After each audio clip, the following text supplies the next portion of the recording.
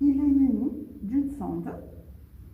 Une sonde n'est autre que deux électrodes qui vont plonger dans une solution. Et la différence de potentiel entre les deux électrodes va être transformée en pH. Donc la grandeur physique mesurée par un pH mètre, c'est la DDP.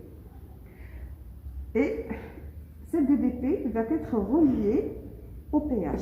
C'est pourquoi il faut étalonner un pH mètre. Donc je vais mettre mon pH mètre en marche et je me mets sur calibration. J'introduis la solution tampon pH égale à 7.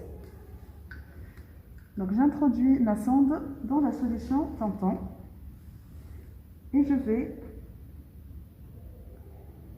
ajuster le pH.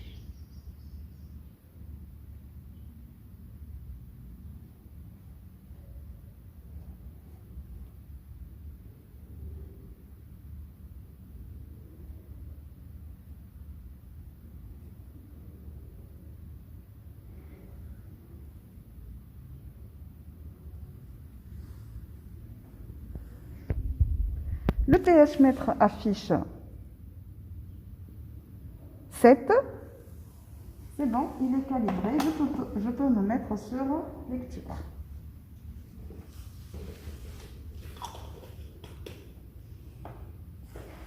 Je nettoie ma sonde du pH mètre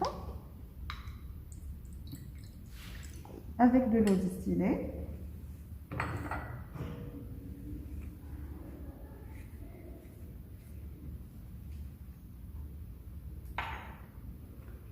Je prends mon bécher avec mon barreau aimanté.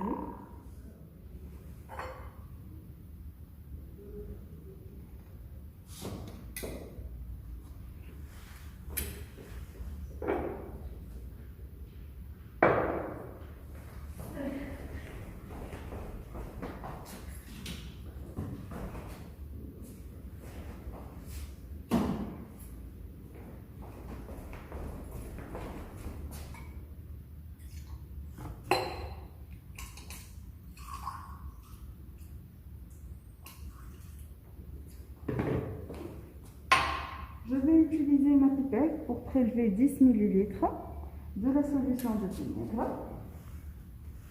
Le vinaigre est dilué 10 fois. Je vide ma propipette de l'air. J'ouvre par le bouchon A. Je vide. Ma pipette verticale, pointe bien plongeante dans la solution.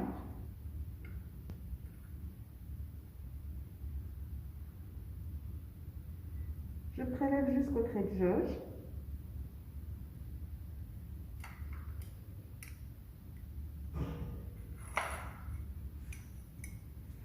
Je prends mon bécher, incliné d'un angle de 45 degrés, vers l'extérieur, pointe sur la paroi, je laisse écouler.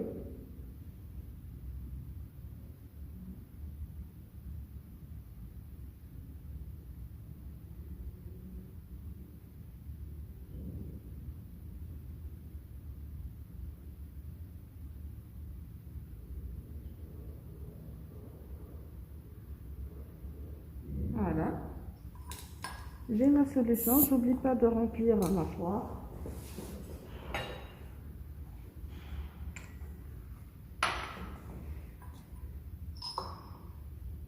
Je mets mon bécher et ma solution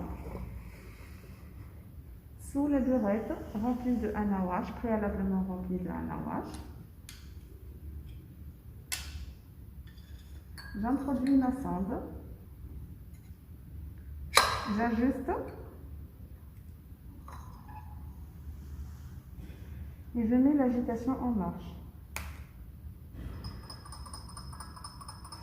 Je remarque que la quantité de vinaigre ne permet pas de couvrir la sonde. J'ajoute un peu d'eau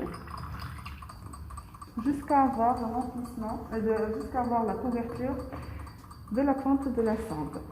Cette quantité d'eau ne va pas affecter le dosage parce que Elle ne va pas modifier le nombre de marques.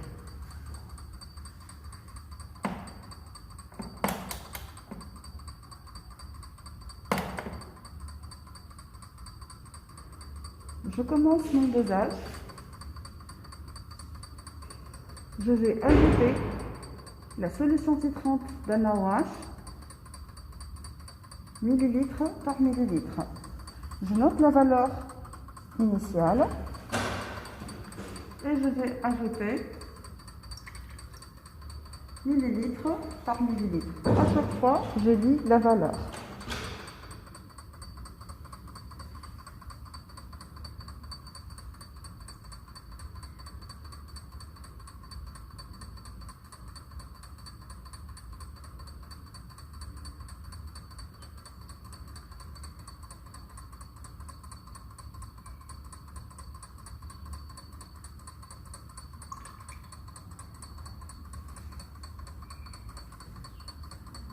Près de l'équivalence, nous remarquons que les valeurs de pH augmentent considérablement.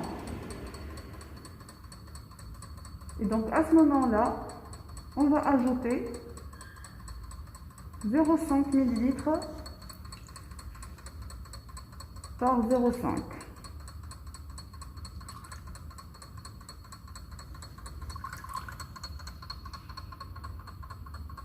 Voilà, vous remarquez au saut de pH,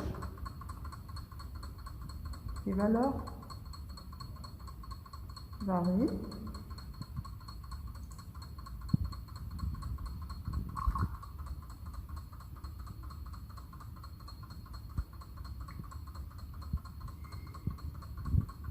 Après, on peut revenir pour un volume ajouté égal à 1 ml et on remarque que la variation va se stabiliser. On reprend nos valeurs et on trace notre courbe pH en fonction du volume ajouté.